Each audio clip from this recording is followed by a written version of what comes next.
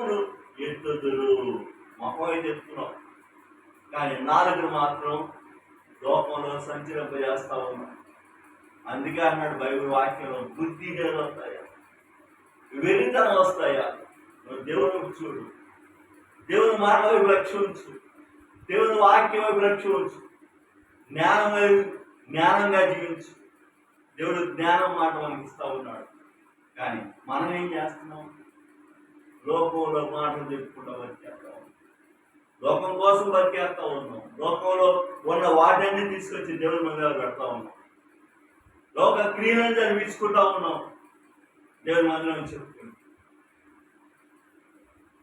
అందుకే అంటున్నాడు ఇక్కడ, అయ్యా మీ నాలుక భూ సంచారం చేస్తున్నారు.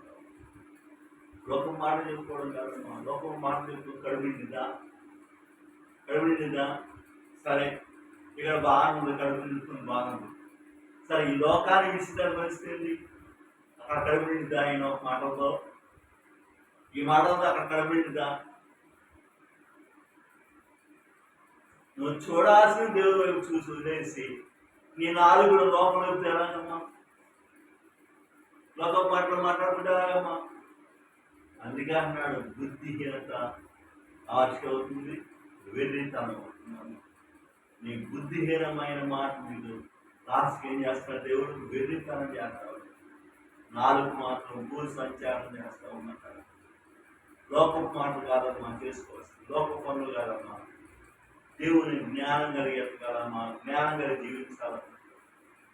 వాక్యాసాలు నడుచుకుంటూ అనేక మందికి మన సాక్ష్యాలు జీవించాల్సింది పోయి మనం వెర్రివారిగా మాట్లాడుకుంటూ, బుద్ధిహీనంగా మాట్లాడుకుంటా ఉంటే దేవుని నామాన్ని అవమానిస్తుంటున్నాం, దేవుని నామాన్ని అవమానిస్తుంటే వాక్యం దేవుడు క్లియర్గా రాయించిన మంచి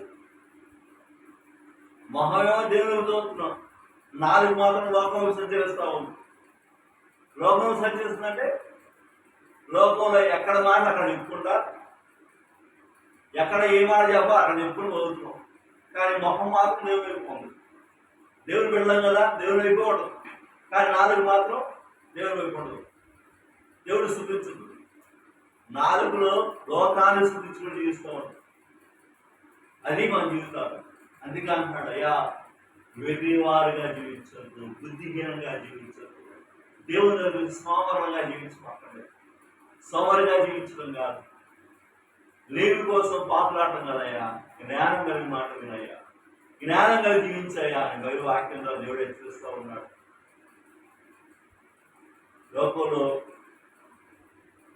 నిజాల కన్నా అబద్ధాలు చాలా బాగా ఉంటాయి, కానీ నిజం చాలా కఠినంగా ఉంటుంది, కష్టంగా ఉంటుంది. కానీ బైబిల్లో ఉన్న మాటలు దేవుడు నిజాలు రాయించాడు, అబద్ధాలు రాయించాడు.